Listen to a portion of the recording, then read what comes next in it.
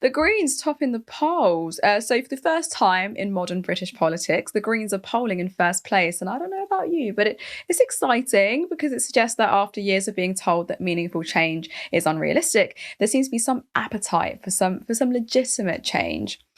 In this graphic, you've got the Greens on just over 21%, Reform right behind them, the Conservatives still hovering around the 20% mark despite everything, and Labour in classic Labour fashion proving just how unpopular they are on 17%. And you've got the Lib Dems at the end, but who even are they?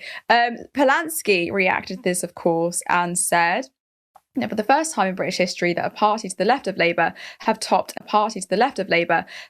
a national poll. Hope is here. It's all of us. Reject hateful, divisive politics and let's make hope normal again. Not everyone is going to be reacting the same way, as you probably know. You have your haters. If you want to have a laugh, just look at some of the responses you got underneath that on Twitter, and take a shot. Someone attempt to discredit Zach by attacking his looks or mentioning Muslims and not his actual policies.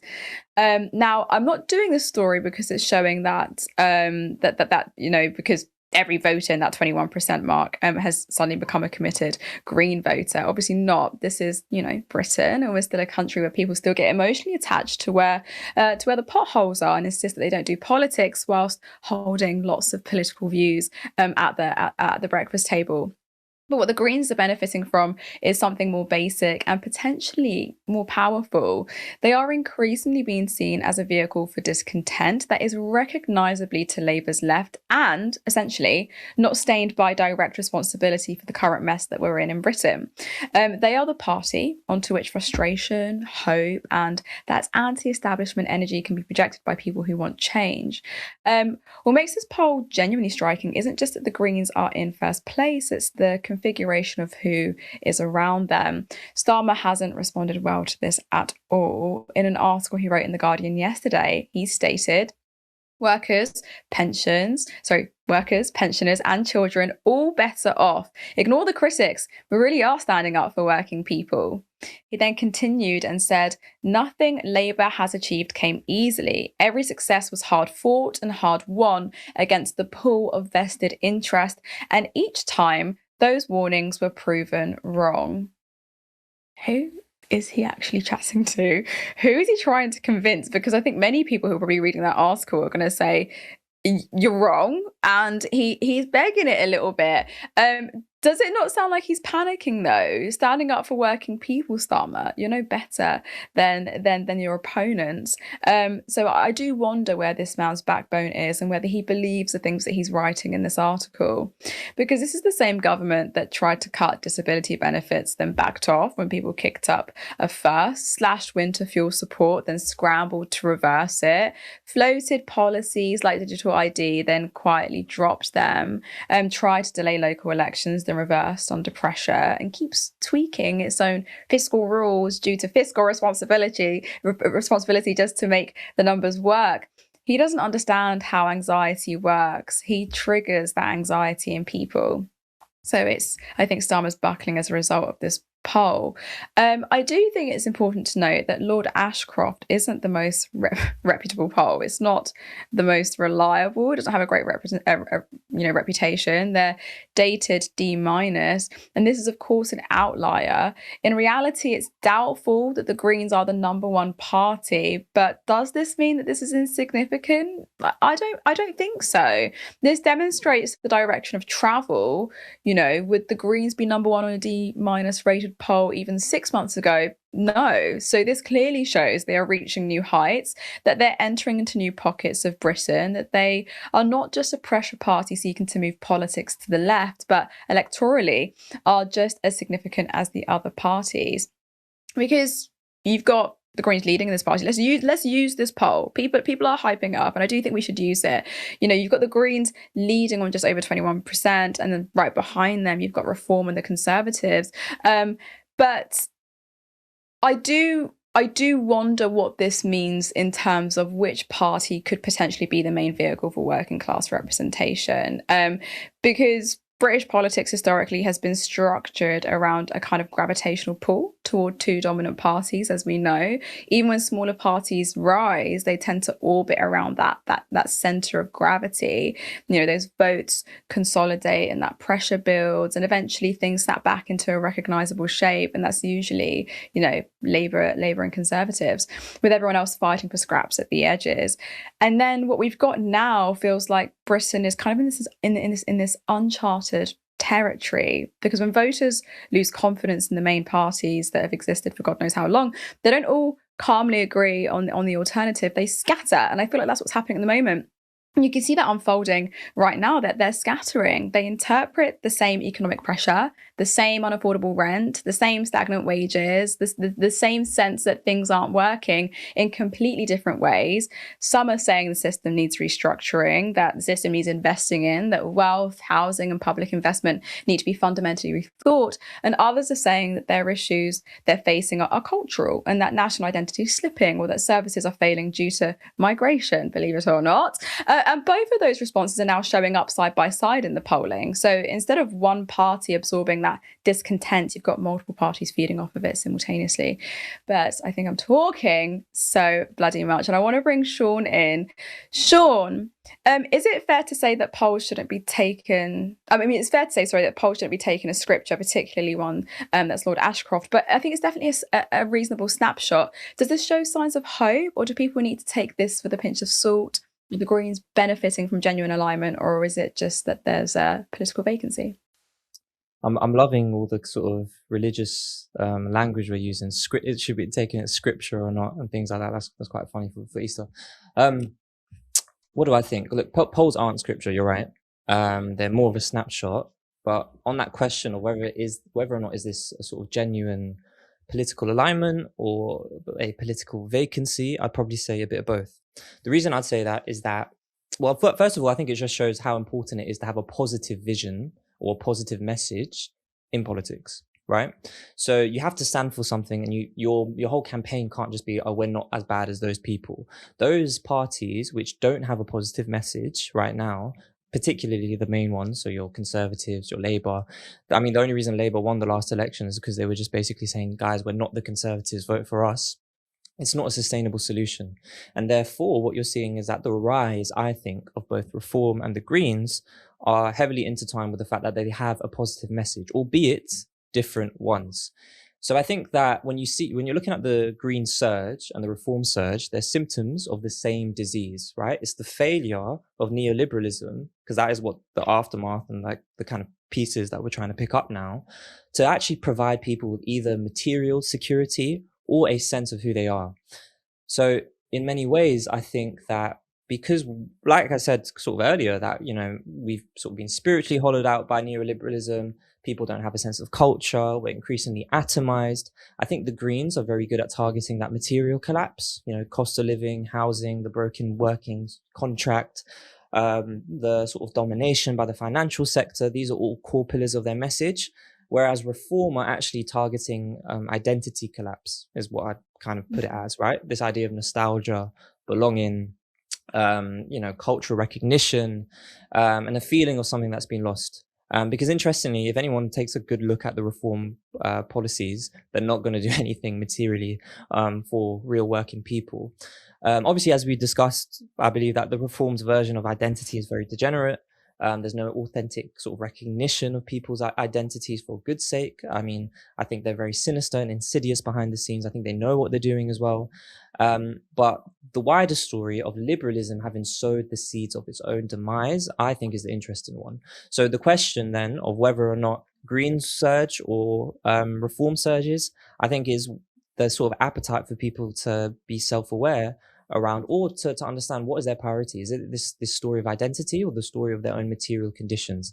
And actually, if I were to give a piece of advice to the Green Party, which we actually did when we interviewed Zach Polanski, make sure you check that out, cheeky plug, is that actually he needs to really articulate this sense of like Britishness a bit better, you know? That's what I think anyways, because again, the identity narrative is definitely winning hearts and minds a lot. So those are my various thoughts.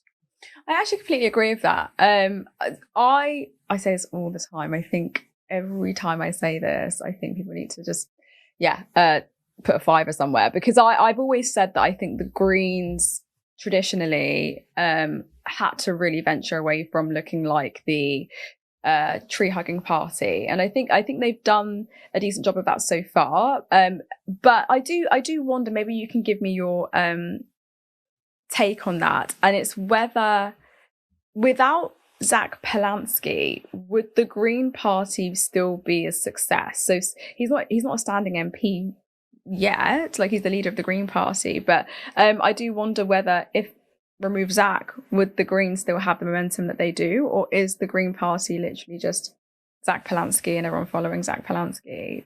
Do they No, have momentum outside of him? no, it's a good question, and I think to some extent it remains to be seen. I don't think it's necessarily a big problem, because actually, what we know from, I don't know, like the story of like how religion started, or worldviews, or any kind of secular worldview or political ideology, you always do need a sort of charismatic leader to be able to galvanize a populace and to be able to be at the core of messaging. So I think Zach Polansky is doing great at that job. Now, the question of like, who is there beyond him? Well, obviously you have Mothin Ali, who I think has done a really good job at bringing the Muslim community together, and also like, navigating that tension between his kind of traditional faith, but then also more progressive values. But then also I'm actually very, very impressed, and I think she's very underrated, Rachel Millward. Because I think she's a very effective communicator. She has a strong feminist background, and actually every interview I've seen with her, I'm actually quite confident in her as a representative. So to be honest, I think right now it's very important just to center Zach anyways as this new sort of face to lead the movement. But I do have a lot of optimism and hope in his deputies as well. So I'm not too scared about the lack of a Zach Polansky in the future, but I do think right now it's very important he is centered at the story of the Green Party. I think one thing that does worry me slightly is because I do think Britain is in uncharted territory at the moment, that there the rise of reform and this and I think whenever I've spoken to people online who say they're voting reform, they've said that they're doing it because they really need a change. They want to change. Their kind of gagging for that. So the rise of reform alongside them, is that something that people should be concerned about? And how do we start mitigating that rise of reform at the moment, because their popularity is rising steadily? No, definitely. I think this is why, to be honest, I'm very big on like restoring a sense of national pride as well, right? And actually, I don't think the left should need to hide away from that. I think basically there's a tendency to give up or not really want to touch certain things which have had a history of domination. And look, I'm saying this as like someone who's on his dad's side, will win Rush generation. I'm racialized as like Asian, so my mom's been called the P word before, etc. Like British identity and national identity, like in my own sort of story and history, is something that has been a tool of domination, right? But actually, like the question is, theoretically and actually in principle, does it have to be a question of domination? I don't think it has to be. And actually, for us on the left who care about material conditions, who care about universal values, who care about seeing a sense of a sort of understanding like the individual as a sort of complex story of all these different strands of history, I think that we do need to be better at articulating and facing head on a clash of what it means to be quote unquote British, what it means to be part of this country. And that doesn't necessarily mean, for example, it doesn't necessarily mean just giving up on some of the sort of like national pride talking points. For example, I feel like when it was the Olympics, people came together quite well. When it was like the World Cup, people came together quite well. I think even the English tradition of nature and caring, preserving nature is something that we should be proud of. So I think that, like, and I'm even behind the scenes, I spoke to Zach and I was like, I think that is basically the big blind spot that we need to tackle, because the material condition points is good, but we're targeting that well. But the question of like, what does it mean to actually be a member of society? What does it mean to be, brothers and sisters in this country that we call Britain? I think there needs to be a starting point. I don't have the answers for it. Yes, I know people think that's I know hard to people. answer. Yeah, I know people think I'm Jesus, and I think I have all the answers, but I just don't have all the Yeah, answers. you need to go back to the drawing board and come back with an answer, because no, I'm But it's joking, but something I'm thinking about a lot. It's something I'm thinking about a lot. but Yeah. you've got me thinking, because I actually completely agree with you. I think on the left we do shy away from having conversations about national pride, or we do have conversations about national pride. I think we do, but obviously not with the same momentum that the right does. The right speaks No. about national pride so distinctly that it forms a part of their identity, that their identity on the right, and like their whole character on the right. Whereas on the left, we're still seen, Starmer's still seen as a commie, you know, he's still viewed Yeah. as a communist. And I think there is still like this, he's not, by the way, and I don't believe that. I need to really preface that. I know that he's not, but this is what people are saying to the left, that we're just a bunch of snowflake lefties that are obsessed with identity politics. But the irony of it all, us wanting to think about identity, and on the right, they talk about national identity, but they're never accused of being obsessed with identity politics ever. So I don't know. I think we've got a huge amount of work to do on the left, and I think a lot. I talk about this often, but I think on the left we're so disjointed a lot of the time, because the way that sometimes we handle our conversations on the left. Like, I think when we looked at how your party came up and then kind of plummeted in the way that they did, a lot of it was just infighting. And I think more often than not, it's a lot of, but you don't know what this means and you don't know what that means. And it does feel like sometimes we just need more cohesion on the left, but I think we've got a long way to go. Yeah, no, but it's even just about the fact that, like, how can we connect that story to, like, to make it more explicit, that the fact that people's material conditions are being so immiserated. I mean, that's the real reason why you can't have a sense of community, because you don't have the resources to put back into your community. It's the reason that your high streets don't look like they used to anymore. Yeah, I think it's very important. Yeah, I agree.